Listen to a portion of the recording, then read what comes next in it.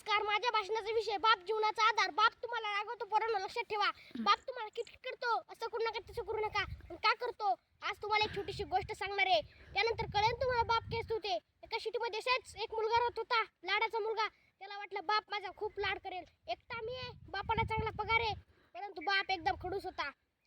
मुलगा, बाबा शेजारच्या मित्राने नवीन सायकल घेतली, बाबा मला सायकल पाहिजे. बाप म्हणायचा अजून आहे सायकल, तुटली आहे का तीच अजून वापर. पोराला राग यायचा. मुलगा, बाबा शेजारच्या मित्राने नवीन कपडे घेतलेत, बाबा मला कपडे पाहिजेत. बाप म्हणायचा अजून आहेत ना कपडे, ती फाटल्यात का तीच अजून वापर. पोराला राग यायचा. मुलगा म्हणायचा बाबा पोरं पिक्चरला चलीत, बाबा मला पिक्चर बघायला जायचंय. बाप म्हणायचा घरी टीव्ही आहे ना, टीव्हीवर बघ. आता काय दिवसांनी रांकीला लागलाय, आता घरात तिथं बघ. त्या पोराला त्या बापाचा राग यायचा. त्याने ठरवलं होतं असला खडूस बाप देव जगात कोणालाही देऊ नये. एवढंच काय तर वरती अपार्टमेंट मध्ये वर जाताना सुद्धा एखाद्याची गाडी तिरकी पडली असली तरी बाप त्याला म्हणायचं ती गाडी सरळ कर. पोरगा म्हणायचं त्यांची गाडी मी का सरळ करू. एवढं झालं तर वर एखाद्याच्या घरासमोर जरी चपला उलट्या सुलट्या पडल्या असल्या तरी बाप त्याला म्हणते चपला सरळ कर. त्या पोरला एवढी झीट आलती त्या बापाची. आणि ठरवलं होतं या बापाच्या आयुष्यातून, या किटकिटीच्या बापाच्या आयुष्यातून काही जर झालं तरी चालेल, पण किटकिटीच्या बापाच्या आयुष्यातून कायमचा दूर जाणार.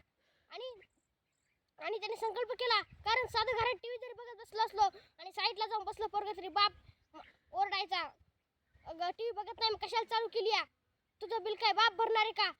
आणि पंखा जरी चालू असला तरी बाप ओरडायचा. असला बाप कोणाला असतो का रे. ते पोरानं संकल्प केला मनामध्ये, काही करणार, शाळा शिकणार, नंबर काढणार आणि नोकरी लागणार आणि या बापाच्या किटकिटीच्या आयुष्यातून कायमचा दूर जाणार.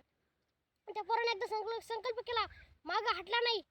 5वी 9वी 10वी 11वी 12वी आता इंजिनियर झालं. आता फक्त कॉलची वाट पाहत होता, एखादा कॉल यायचा, इंटरव्ह्यू द्यायचा आणि त्या परत या किटकिट्या बापाच्या आयुष्यातून कायमचा दूर जायचं. असं त्याने पोराने संकल्प केला. आता तुला काय एकदा त्याला इंटरव्ह्यूचा कॉल आला. तो आनंदला म्हणला, आई मला इंटरव्ह्यूचा कॉल आलाय. आईला आनंद झाला. आई म्हणली जा लेकरा जा, देवाच्या पाया पड.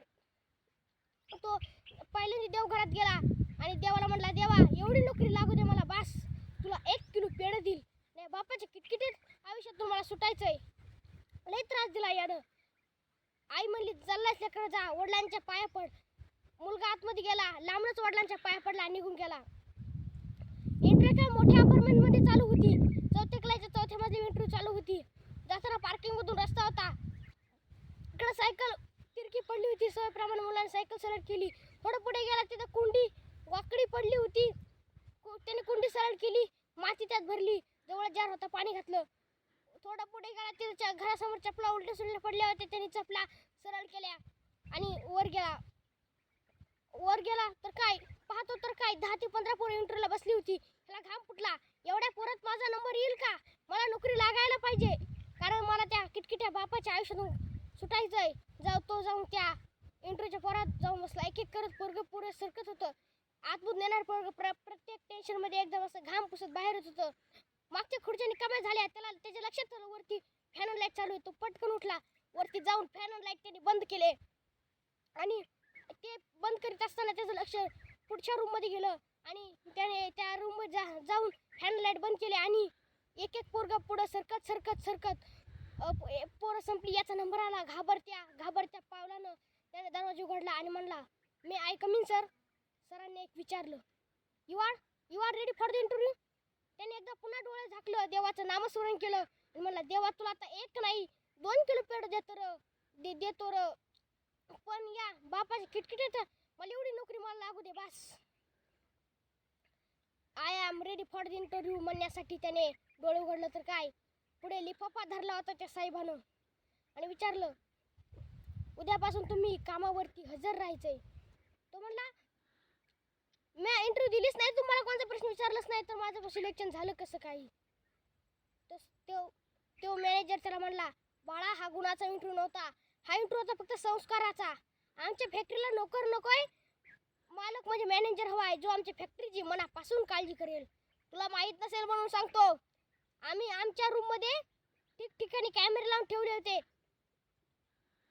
तुझा काही संबंध नसताना तू सायकल सरळ केलीस, कुंडी सरळ केलीस आणि चपला सरळ केल्यास आणि आमच्या लाईट सुद्धा बंद केल्यास. ते पोरला पटकन सगळे बापाचे सगळे संस्कार आठवायला चालू झाले. तो परत जायला निघाला तर मॅनेजर म्हणला, थांब, चाललाय सकाळीच घरी जा. तुझ्या आई वडिलांना माझा नमस्कार सांग. आणि एक गोष्ट लक्षात ठेव, एखाद्या कोणत्या इन्स्टिट्यूटमध्ये पैसे भरून तू वकील होऊ शकतो, डॉक्टर होऊ शकतोस, काही होऊ शकतोस, परंतु संस्कार मात्र हे तुला आई वडिलांच्या इन्स्टिट्यूटमध्येच भेटणार. आई वडिलांच्या इन्स्टिट्यूटमध्येच भेटणार. पोरगं पत घरी आलं. कधी एकदा बापा भेटेल असं त्याला झालं होतं. पोरगं पत घरी आलं. घराची बेल वाजवली. आईने दरवाजाला, आई उद्यापासून मला कामावरती बोलवलंय. आई म्हणली जा लेकरं जा, देवाचा आभार मान. पोरगं आतमध्ये गेलं. इकडं बाप पेपर वाचत बसला होता. त्यानं ते पटकन बापा कशी गेला, बापाच्या पायावरती लेखन ठेवलं आणि पटकन अश्रू बापाच्या पायावरती पडलं. बापाला अश्रू जाणवलं. त्याने पोराला समोर धरलं, सावरलं आणि जोपर्यंत बापाची आणि पोराची नजर एकमेकाच्या नजरेत गेली, पोरानं बापाला कडकडून मिठी मारली. एका क्षणात बापाचा खांदा ओला झाला. पोराला समोर धरलं आणि बापाने विचारलं, काय झालं? इंटरव्ह्यूमध्ये नापास झालास? काळजी करू नको, मी आयुष्यभर काळजी करू नकोस. पुण्यांदा इंटरव्ह्यू दे. पहिल्यांदा झाला, दुसऱ्यांदा इंटरव्ह्यू दे, पाचव्यांदा दे, 10व्यांदा दे आणि नाही जर नोकरी लागली तरी 72. मी आयुष्यभर काबाड कष्ट करून जी काडी वाचून ते पैसे साठवलेस ना, त्या पैशामधून तू एखादा बिझनेस नक्कीच करू शकशील. रडायचं नाही आणि हरायचं नाही. मुलगा म्हणला नाही बाबा, मला खूप राग यायचा तुमचा, जेव्हा तुम्हाला मारत होता, हाणत होता, रडत होता.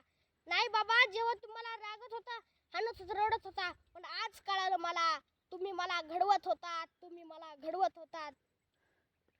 लक्षात ठेवा पोरांनो, जोपर्यंत बाप नावाचा सूर्य तुमच्या आयुष्यामध्ये आहे, सुखाचा दिवस कधीच मावळणार नाही. एक वेळ कळेल तुम्हाला बायबान पुराण पोथी पुराण, एक वेळ कळेल तुम्हाला बायबाल पुराण पोथी पुराण, पण बाप नावाचा ग्रंथ कधीच कुणाला कळणार नाही. धन्यवाद.